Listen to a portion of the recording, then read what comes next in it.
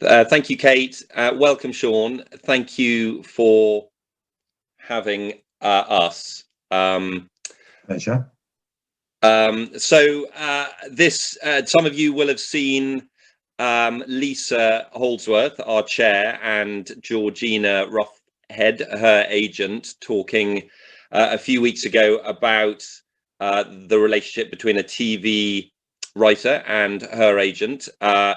I work primarily in features, and Sean will tell us the makeup of his sort of client roster. But I think just we're adding, a new voice to this conversation. We're hopefully taking it on a little bit, but the perspective is a bit more film oriented than TV. Although one of the questions that I'm sure we'll get to is what's the difference these days, and probably what is be interesting to talk to Sean in due course about how his view on all of that has evolved over the last few years, because clearly we've all noticed some shifts in that side of things.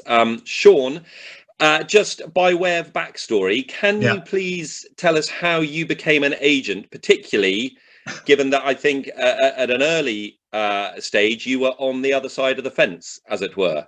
I was. I kind of grew up with an actress mum, and I was born in a trunk in the Prince's Theatre in Pocatello, Idaho.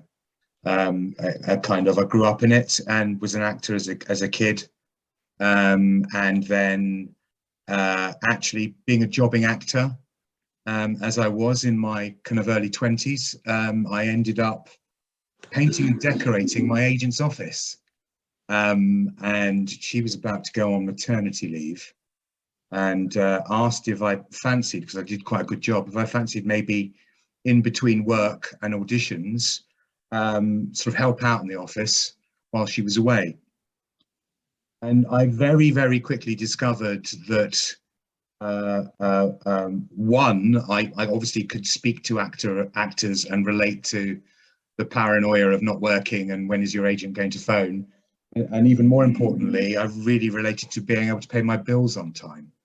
And I quickly discovered that that was far more alluring than any acting job. So it was quite an easy transition for me. My mum, I think, went into mourning for about 3 years and was convinced that I was going to sort of come back to acting at some point. But really, there was no joy in it whatsoever. Any sort of local panto action that we can still catch you in? No. I imagine there's some hideous things out there, to be quite honest with you, Tom. I've seen a few, and you do yourself an injustice. But also, how's the painting and decorating going? That looks very nice behind you. Still as bad as ever. So anyway, you found out what you were good at, and so you worked for a while for Lou Coulson. I did. It was sort of a talent and lit agent. Well, no, just actors, and Lou worked in a way where everyone looked after all of the client lists together. Incredible agency. It would be called a boutique agency, and in the 80s and 90s, she found Lena Headey and Keely Hawes and Alex Kingston and Minnie Driver, and the list just sort of goes on. It was an incredible place to work. But I, as I was working, was really interested in finding out how things were put together, and actors are sort of like the end part of it, or were then anyway. And I felt like I still wanted to be an agent, so it would be easier to look after writers and directors because I'd get to know how things were actually made. And I didn't even know where to start to look for clients. And actually, the first clients were actors who decided that they wanted to either write or direct. And I got very, very lucky. So we looked after an actor called David Caffrey, who came into the office one day and said, I've been selected to direct a Lloyds Bank Film Challenge film. And they made 6 shorts a year.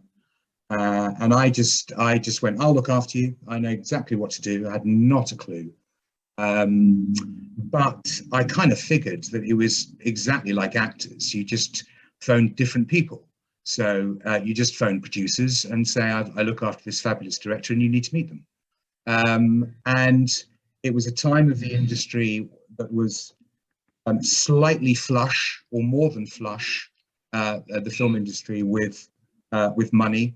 Some of it through kind of slightly dodgy tax schemes, but it was certainly out there. And Mr. Caffrey made an incredible short and walked into Nick Powell's office.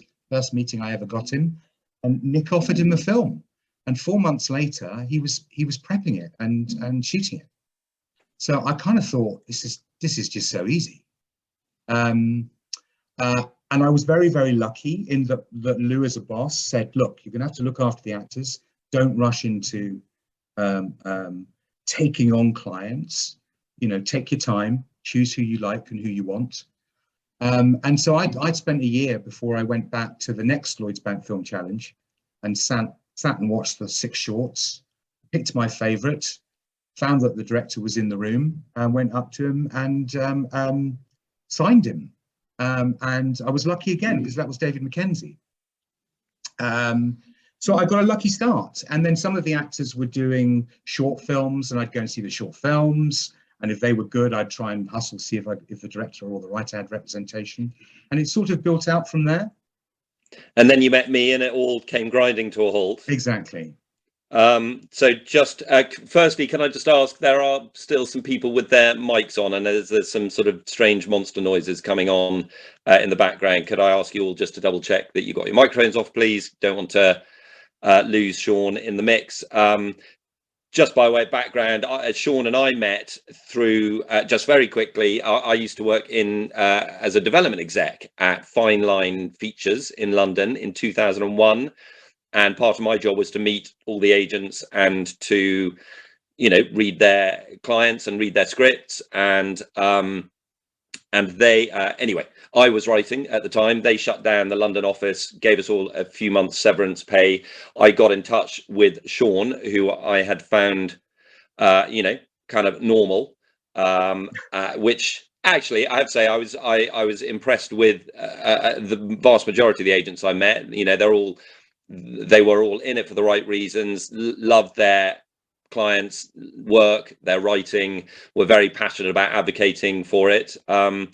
I seem to recall I sent my first script to probably a few of them, if I'm you know, honest. Sean sort of signed me. I seem to recall as well that you sold my first script about 2 months later, and my mum sort of fell off her chair because I was borrowing her fax machine, and it was a 10 grand option, and I don't think I've had really a 10 grand option since then, and certainly it took about another 8 years for us to repeat that success. But we have been very happily together, sort of slogging our way through what we laughingly call the British independent film industry for about 20 years now, in which time, Sean, again, just to finish the story, you have moved across to a new agency. Can you just tell us a little bit about that? Yeah, so United Agents was formed after the kind of breakup of Peters, Fraser and Dunlop. It's a long saga, but basically all of the agents at Peters, Fraser and Dunlop resigned en masse, and then about a year later formed a new agency. And I caught them as they were forming that new agency, so I came in as one of the sort of original founder members of it. And you, United has obviously actors and directors and some below the line. You work sort of almost exclusively with writers and directors. Is that correct? Yes, and a couple of actors who came with me from Lou's. One of whom still acts, one of whom doesn't act at all because he's too busy. Okay. Some of the questions that we've been getting are about people who, you know, are multimedia. So they might be a novelist and a screenwriter, or a write for the stage and for TV. Do you tend to represent people across all their sort of media, or would you share clients with other agents at United? It sort of depends. Sometimes we share. So I look after a kind of young writer who writes kind of plays as well as kind of film and TV scripts, and she's an amazing talent. And at the time, I felt that I didn't have the kind of full attention that I would need to represent her in all fields. So I then talked to one of the agents that I work with in the department, who doesn't specialize but has more kind of playwrights on her list, and said, have a read of this. Would you like to co-represent? So Rose looks after her for kind of stage work, and I look after her for her film and TV work. Very good. Thank you, Sean. If we have time, we'll get back a bit more to how sort of, how a writer can navigate around a big agency and what a writer brings to the process versus what the agent brings. The question that is being asked a huge amount in the chat, and Kate, I'm just going to let some more people in from the waiting room. There we go. Sorry, admit all. The basic question. So I sent an invitation out to our Writers Guild members saying, have you got any questions for Sean? And 98% of them were, how do I get an agent? In the long and short version of it. Here's one from Owen.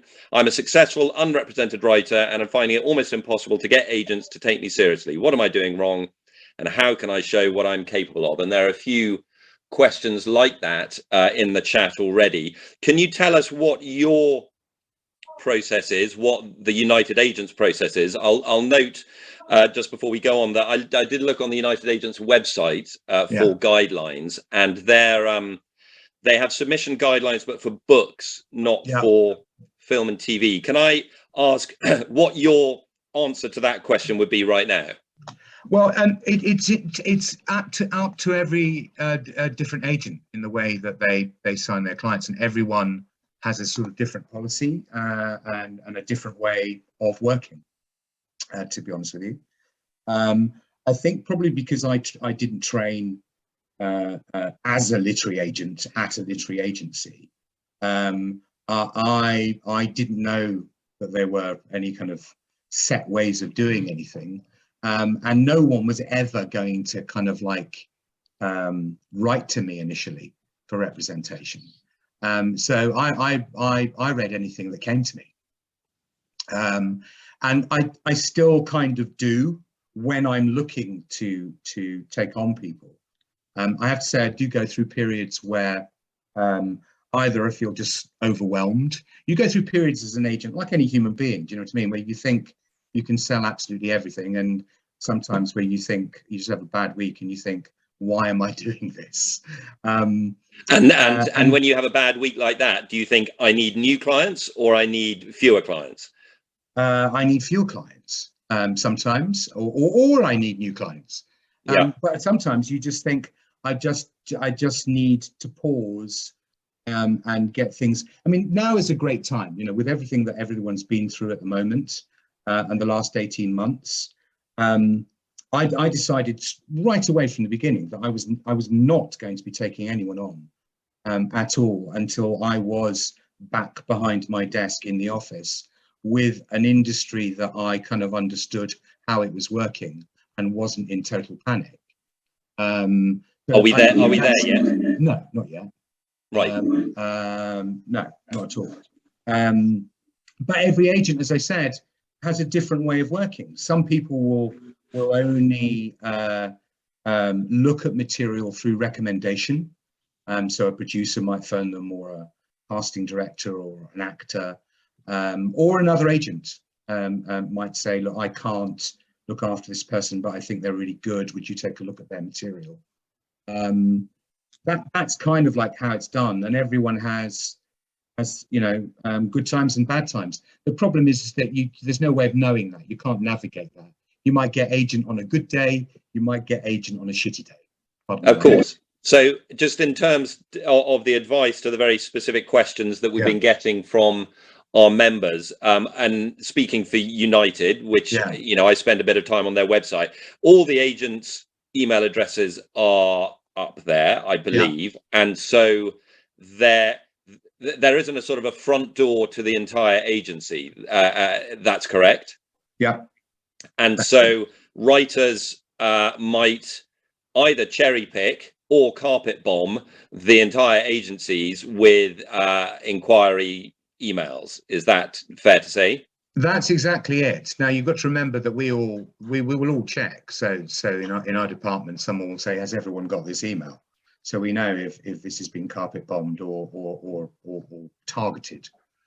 I would say Understood. that there are certain things that an agent will always look for, and I think this is a sort of another generality, but I think it's true, because I think there's sometimes a sort of misunderstanding. I don't think agents. So the writer looking for representation who comes in and says, "I've got this great script," and that's the only thing they've got. I don't think agents are particularly interested in that. They don't want to represent us. They do want to represent material, obviously, but it's the writer that they want to represent. And if a writer comes and they've only got one thing that they've written, it's very difficult to know as an agent what you're supposed to do beyond that. And so an agent, I think, is always looking for sample scripts, obviously a CV, and ideas that might be at various stages. They might be kind of one pages, they might be, but just with a sort of writer that has a kind of game plan in place, rather than "please sell my script and then everything else will just happen."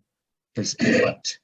Okay, thank you. And what about writers coming to you sort of mid-deal, saying, "I've got a producer who's interested in this. I now need an agent to sort of paper the deal," or whatever. Is that of interest? Again, if behind that the writer is interesting and the material is interesting and there's other stuff, yes. But I suspect that most agents don't want to do just the deal. I have done it on the odd occasion, but it really has just been the deal. And I've done it for kind of friends and said, "Look, there's no representation here. I will just help you out with this contract," and done that. But I you know, that's very rare, and I don't think agents particularly like doing it. Okay, thank you. In terms of again, just to recap, and I know you're not looking for writers, or new clients at the moment. And by the way, Linda asks, agents saying they're not taking on new clients, is that a polite fob off? It sounds from your answer, it's not. You just have to sort of, you have a bandwidth, and when it's full, it's full. Yeah, it's exactly okay. That. Can I ask, just from some other questions, there's two approaches here. Christina asks, what is the value of film schools? Do you and other agents still look at graduates from film schools or graduate films and the sort of showcases and presentations from that? Does a potential client who's got an MA in screenwriting stand out as more interesting to you than one who hasn't, or is it or that's all just part of the CV and it's down to the work? Yeah, listen, I think they're useful. Do I prioritize someone that's, say, been to a film school? No, absolutely not. It's the material, it's the work, and it's the human being, more importantly, because there's sort of two stages. The first stage is you read the material and you have to empathize with it and like it before you can then go out and sell it. And then it's the person, and you sit there and you make a judgment about that as well, because not only have you got to get on with that person and you've got to feel like you're on the same wavelength, but you're also thinking, is that person also going to get on with producers, or are they going to be horribly difficult? Yeah, there's a question that I've just seen from somebody, which is, what advice would you give to people preparing for a meeting with an agent, and here we go, Matt's just come up with that. Presumably it's the same way as you would prepare for any business meeting, which is do your research and be confident without cocky, and sort of come across as you know, as your best self. Absolutely. And I would say when you're looking for an agent, do your research. So I know that some agencies have better websites than others, but you know, for United, for instance, I think all of us in our department, we have different tastes. We lean towards different areas, and it's worth just looking at client lists and seeing who's on there. So if you can try and figure out someone's tastes, I defy anyone to try and work out my tastes, by the way. But you can sort of do that. I will also kind of say that sometimes this is a little bit more difficult to research, but sometimes it's worth writing to an assistant or an associate, especially if they've been an assistant for a long time, because they might well be building up their own list with the main agent sort of shadowing and just, you know, helping and advising. So sometimes if a main agent is absolutely, you know, kind of full, it might be worth approaching an associate agent instead. So there is a bit of you know, research or espionage, or you know, slightly sort of digging in the weeds here, which is you know, be smart about it and be targeted when you can. There is that, and then I would imagine be respectful and professional in your interactions with them. If it's I'm not taking on any clients at the moment, you know, it wouldn't offend you to follow up with, is there an assistant or an associate at the agency who you like and who you think might be looking for someone like me? That would be a reasonable follow-up. It would be a reasonable follow-up. You might not get a reasonable response from everyone. You might not get any response from everyone. Once I think you've got one response, you might not get a follow-up email after that. They might think, I'm done with that. It's yeah. Understood. Maybe not everybody's quite so mean as you are, Sean, but okay. So moving on to another, or as you say, keep on trying, and you'll find somebody in a good mood, or in a you know, generous mood, or not so. I can see that. Another question that I have received a lot is to do with the age of the new writer seeking representation. Do you take on, or do agents take on clients who've been around the block, or is novelty and youth still key? That came from Martin and Nick and many others. I suppose the question is, I don't know what novelty means in that sentence. I'm sort of intrigued. Well, I think you know, you might make the case that a new writer has had fewer chances to fail than a you know, an older or experienced writer. And sorry, I should distinguish between new and young, because you can be a new writer in your 50s, of course. Yeah. I think there's a perception that certainly the vitality and sort of enthusiasm of youth might count for a lot with commissioners and buyers, who are your ultimate sort of you know, end port of call.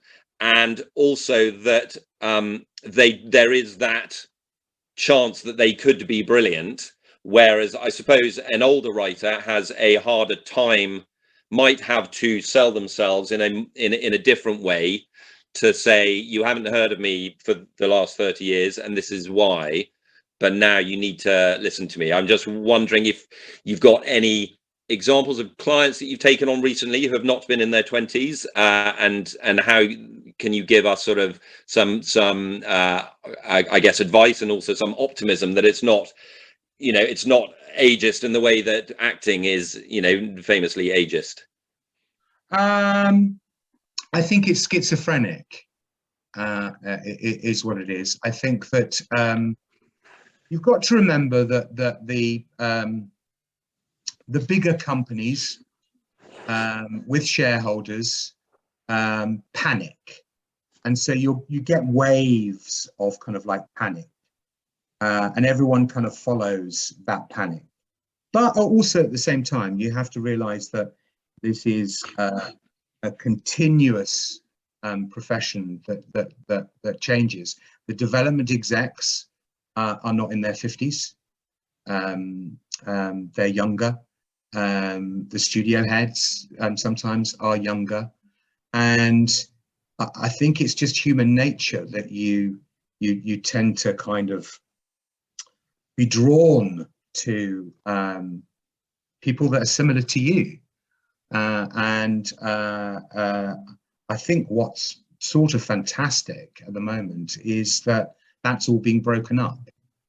And it needed to be broken up as well. And that's not just an age thing, that's a class thing, that's a race thing, that's a sex thing. And that's all got to be good. I think there is hope for everyone. I think if it feels like there's an industry that is saying no to an older age group. I'm not too sure if that applies to writers. I think it might apply to directors more than writers. I think writers write, and if they're writing good stuff, then I don't think people are then going, yeah, but they're 55. I just don't think that happens. Okay, that's really interesting. Thank you. Whoever's coughing, can you possibly turn your microphone off, please? Just because you raise it now, this sort of long overdue and very welcome sea change that we are all experiencing, which, as you say, is encouraging a wider, a pool of writers, greater representation across a whole range of characteristics, and region is another, of course. Do you feel like this is something that you personally in United Agents is sort of putting their shoulder to, and being able to sell work by writers that you might not have been able to a few years ago, and conversely are finding it less easy to sell for writers who might have had it easy for a while? I guess the point is because it should all be in the script, and yeah. And I have great sympathy, with all, the writers who are asking this question, because I consider it myself as a writer. What should I be writing? How, where am I most credible? How do I, how do I put myself in that room and say I'm the best writer for this work? And so I think it's probably about matching the project with the author, and delivering to you, for you then to deliver on to the buyers a convincing and comprehensive pitch that this writer can write this material and does an excellent job of it. But it feels like you might be able to. This might be a kind of an exciting period for writers who might not previously have been able to get in those meetings and a seat at that table. Is that fair? That's completely fair. Yeah, there's an entire lost generation of writers, and it's shocking. It really is. I'm a South London boy, and went to a comprehensive. I also went to a stage school, but I did go to a comprehensive in Tooting, and my most successful clients are Sanjeev Bhaskar and Kwame Kwei-Armah. And I've been fighting a battle with both of them for the last kind of 25 years. And there are times when, you can rage and you have to bite your tongue and play the game. And it's been very, very frustrating. And it's lovely to see now that has changed, and that actually there's a really exciting group of new writers emerging, that are going to, because we're no longer, we're talking more TV here than film, but I think that if you're doing a writer's room, to have more diversity in that room has got to be a great thing in terms of representing who we are. Everything else just does not make any sense in films. I think it's, we're talking film here, we're talking about the script again. And I don't think that someone is going to ever say no to a film because the writer is too old or too white, if that's a grievance. I don't think that happens. Okay. I think there are more opportunities in film for the kind of diverse landscape that we have in this country, and it's to be applauded, and it's fantastic. Very good. Well, let's certainly hope so.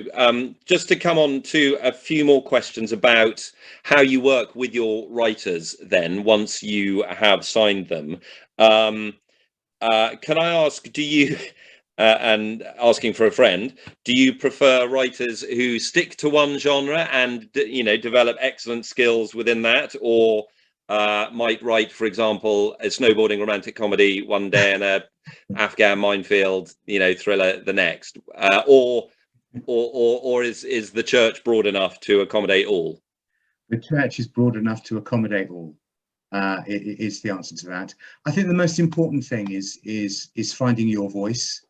And Tom, you're very funny and eloquent, and also you have a kind of a great interest and understanding in other fields, and you bring all of those things to the table when you're writing, and that might mean two completely different genres, and you do that. Not all writers can do that. You are one of those people that can do that. And thank you. Not about me, of course, but do you think that commissioners and buyers you give them enough intelligence, you give them enough credit that they can see different material from the same writer and not fall off their chair in surprise and confusion? They can see different material. If I'm suggesting, though, which is a slightly different scenario, that's slightly more difficult because people naturally want to kind of pigeonhole someone.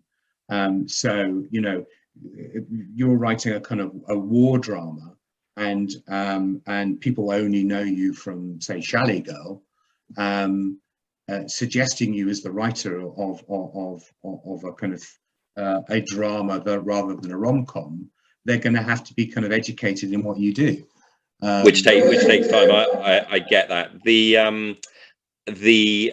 So advice for the newer client: if you were to like the first script and say, what else have you got, you'd probably at that early stage like another script in a not wildly dissimilar genre to give you that sort of launching pad for them to be introduced to the industry.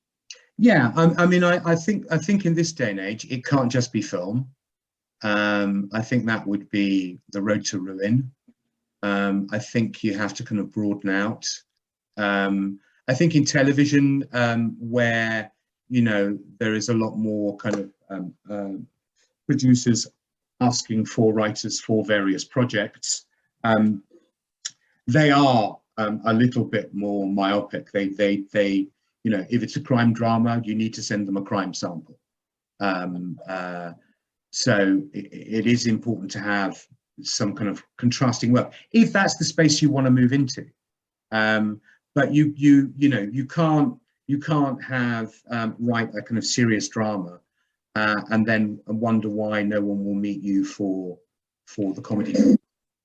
Understood. Just to then sort of talk about the film landscape in the UK, which is sort of the elephant in the room right now.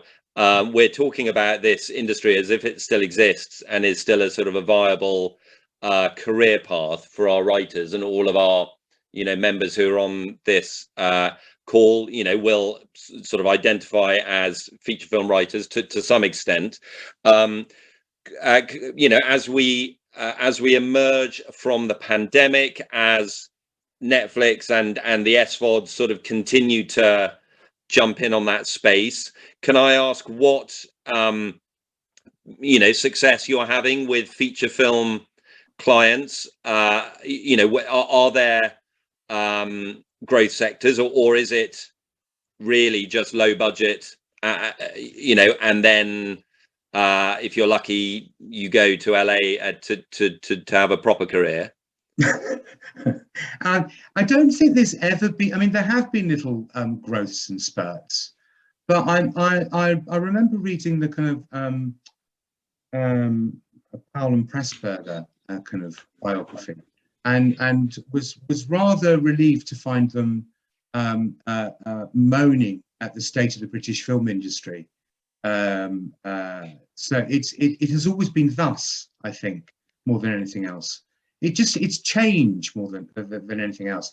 Is it easier to make an indie British film? No, it's actually, and you will hear this every single year, it gets harder and harder because the finance model, the traditional finance model, does not work. And so, you have to look at other ways of getting your indie film financed. So it's always tough. I think there is an increasing pressure in the art house end of film. That just gets tougher and tougher and tougher. And there are also increasing opportunities with the likes of the SVODs, be it Disney or Netflix or Amazon. They are making films, and they're making quite a lot of them as well. And how do you see the sort of the UK commissioning side of those organisations? If, for example, a new writer were to send you or an agent at your company a really great spec script in a genre, low budget thriller or a rom-com or a horror or a whatever it might be, a kids movie, and you said, A, this is good writing, I don't want to sign you as a client, but B, I've now got this kind of mint piece of material, where do you send it to? Can you give me some names? Do you send it to producers first, or do you send it straight into Netflix and BBC Films? Well, Netflix now on the film side are commissioning directly, which they never used to do.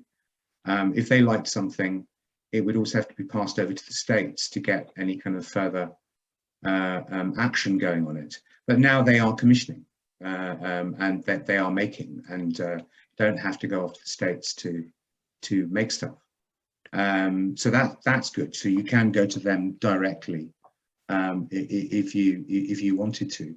But no, I would generally start with a producer, and it depends on the script. It depends on the budget and scale of the script. Some things our companies and producers can handle that bigger budget and have relationships with other companies in the States or with the studios in the States. And if the film has that ambition, then obviously you want one of those British producers, like a David Heyman or Blueprint Pictures or Working Title, than you would if you were going, and it's a smaller film that feels more UK focused, say. Yeah. Okay. And so there is still that model as well for you as an agent. This is certainly how you and I started working, where you send sample scripts out to production companies, either as available scripts or as samples. And then if they like it and buy it, that's great. If they like it but don't buy it, then you follow up with a meeting and you have that chat and you see if there's common ground, or if they've got scripts and ideas that they are developing that they think you'd be a good fit for. Is that, I mean, but that's possibly a sort of a premium end of the market these days, or a narrowing window? Yes, I think it is. Yeah. I mean, I think so just to sort of again confront this directly, would you suggest that writers don't exclusively develop feature film scripts? I think you said that already, and if so, if they're going to come to you with a TV sample, is it still the old thing of writing an episode of a continuing drama, A Call the Midwife, or whatever it might be, or do you think you would have more luck with a new writer who brings to you a pilot episode for a show of their own creation? Of their own creation, because I think this is about finding your voice. People want voices. broadcasters want voices. That's what they're always saying. You know, why you, why now? And they want to hear those voices. I think that's the trickiest thing for a writer, really. It's the trickiest thing for us all, isn't it? Is trying to work out who we are. And I think I think that's sort of fundamental if you're a writer, trying to work out who you are, because as soon as you've done that, the writing only gets better. Yeah, and which I would say advantages the older writer. Which is kind of ironic, given that there is still this sort of shiny new sort of sense of new talent, and so no, I would see that as encouraging to older writers, that they will have more interesting things to say. You would hope. Can I ask about, there's another question from Aubrey. Without getting too technical, if you want, what's the difference between an option agreement, a shopping agreement, and an offer, and what should a new writer be wary of? And I think the implication is, should they ever write for free? If you can help it, no. But I think when you're starting out, it's who you're connecting with, and who sometimes you do have to kind of like very early on, you're doing things for very little money or sometimes no money to begin with, to get any kind of traction. You have to be wary of everything is what I would say, because a producer is always going to, especially in film, not so much in TV, because there are agreements set up, and as you know, Tom, the film agreement that's in place is very rarely kind of actually used. Most films are done on lawyers' contracts, and therefore it can be a bit like the Wild West out there in terms of writers. And if a producer's finding a new writer and working with them, and if they're a new writer, it's usually because they know that they can get them cheap or to work for nothing. Because if they wanted an experienced writer, they know they're going to pay for it. Yeah. That was a fairly sort of unfair and leading question as well. I should point out to our Writers Guild members that we have various resources on this. One is a campaign that we're running called Free is Not an Option, and there is a sort of a flow chart, which is when should you work for free, and I think all the different routes end up with no, you shouldn't work for free. But I get what you're saying about certainly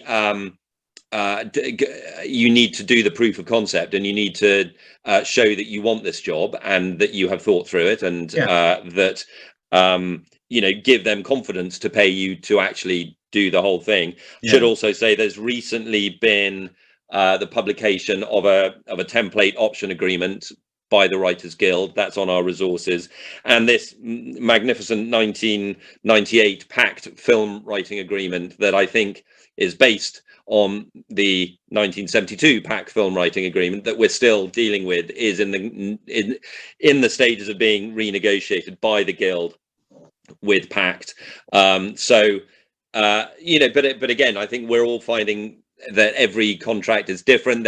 People have said that there are a lot of sort of slightly smelly contracts that you can get off the internet and download, or you cut and paste from the last contract that you did, and there's lots of very kind of unhelpful clauses in there, not least a clause that sort of excludes union representation that we are obviously against. One thing that I'd like to ask you, Sean, is how do you support clients who you feel are being either not supported in their sort of working relationship with the producers or the directors, or being outright bullied or harassed? There has been a lot of talk recently about clearly standards of behavior in our industry. They tend to be shouty producers on set, but we also hear stories of writers who are being taken for granted or being overwritten by directors and not being treated with care and courtesy. Are there situations where you would intervene like that? It depends on the situation and when it happens, and how severe it is, to be honest with you. I think on a day-to-day basis, probably not, no, because it's not my relationship. And so, but if you know, if I have a very distressed client, then obviously I'm going to step in. But if I have a client who is maybe just moaning about something that's happened and this has happened and all of that, then I would probably leave that alone and then see how that kind of sorted out, because you're not in the room. I get that, but yeah. I think there's a sense that we've had recently of writers being afraid to speak out because they think it might sort of harm their career later on. But again, hopefully increasingly there will be a kind of a confidence to push back either in the room or sort of formally, you know, through your representation. Yeah, I mean, to give you an example, I mean, you know, and again, I'm sorry this is TV, but quite recently I had a writer in a room who was overwritten, and it then appeared that there were a couple of other writers that were overwritten, and they were all the female writers in the room. And the show was the central, you know, protagonist was kind of female. We as an agent, I wasn't in any way suggesting that there was something strange about this, that this had happened, but I did raise the question of just saying, should we look at this when the dust has settled and everyone has finished this? Should production maybe just look at this and see whether or not this all happened in the right way, and whether or not there was anything to learn from this experience? Because I know all of the writers on it were not particularly happy. Yeah, and potentially you can be more punchy than that, you know, going forwards. I know you've got to sort of manage your relationships, but it does, again, as we talk about a sea change in terms of representation, there is you would hope there's a cultural shift, you know, post Me Too, and you know, and just the times moving on, the behavior that has been accepted maybe for a while could be called out more regularly now. But anyway, that's not for me to say. I'm conscious that we are coming to the end of our hour, and also there's so many questions in the chat that I can't read through them all. I will throw you another one from ahead of time. Carolyn and Anthony, I can't remember if these were separate people or whether they came as a package. It seems common for British writers to have a representative in the US. It seems rare for American writers to have a rep in the UK. As an American writer with US representation who also wants access to UK opportunities, what's the best way to find UK agents who are open to representing American clients? And I guess the same could apply to, you know, how do you get an American agent? Do you think it's best if this is handled on an agent to agent basis? Yes, I think in getting an agent, so if you're British and an American agent, I don't think it's that common overall. And I don't think you should necessarily go chasing. I think you want them to chase you. It's a totally different system in the States, and the way agents work in the States. I think we in the UK are probably that combination of agent and manager, rather than one or t'other. And I think it's always a good idea if they're interested in you rather than you going to try and kind of like pitch them. The reason why they're interested in UK writers and directors is because we've got fantastic talent here in the UK. It's slightly more difficult the other way. First of all, because American agents, you know, begrudgingly share UK clients mostly with UK agents.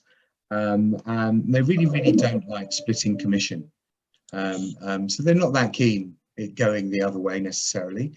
And also British agents, if that client is not based here or has some kind of proper link here, For a UK agent, sometimes it's just like I'm not seeing the connection here. I don't know how this is going to necessarily work.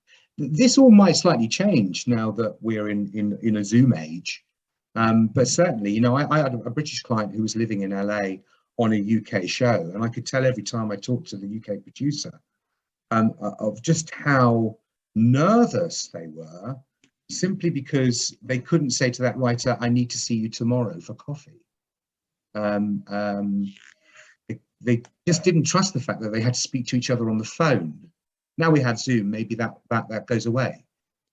Yeah, I think and hope you're right, and it's interesting. It will be interesting to see how it develops. I think it's worth making the point to everybody here that, yeah, I mean, Sean, for his 10% in the UK, is agent who gets my work in front of people. He's manager who gives me script notes and who, you know, will discuss sort of career strategy with me, such as it is, other than, you know, keep on writing, and also lawyer who negotiates and papers deals. And in the US, that would be 3 different people at 25%. So it's a, you know, if you can get that relationship right, it's a much more, I think it's a much more sensible way of doing business, and it's a kind of a better, you know, it's just good to have one relationship. And if I pitch you an idea and you like it, then I tend to go off and write it.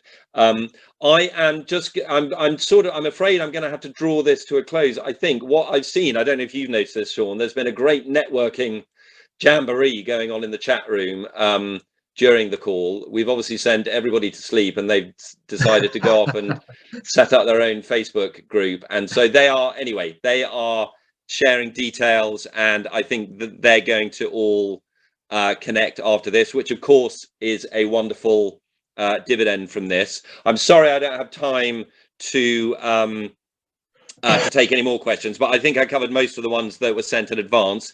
Sean, I just want to thank you again for your time, and obviously for your support over the last 20 years. And sorry, that's my phone telling me I need to feed the fish, so it must be time to end. Sean, I am seeing you next week, and I will buy you a drink. I guess, Kate, are you going to come on and close us off? Very good. I am, and just to remind everyone that this is only the second in a great series, and judging from the absolute snowstorm of comments in the chat box, and you will not have seen everything. I've been sent quite a lot of questions, and I'm sure, Tom, you have too. Hopefully I've managed to record all that lot. I just want to reassure everyone, if you are a member, you will be able to watch this session again via the members area on our website, where we post member only events. If you're not a member, please join, and then you will to take part in all of that. We've got an awful lot coming up in our events program next year, some really exciting stuff. So I really hope that you'll be engaging with us all again.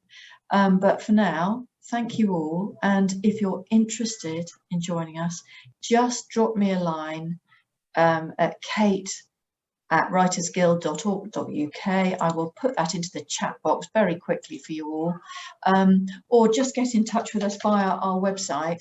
I'm trying to do this at the same time and not really succeeding. And you also pat your tummy and scratch your head.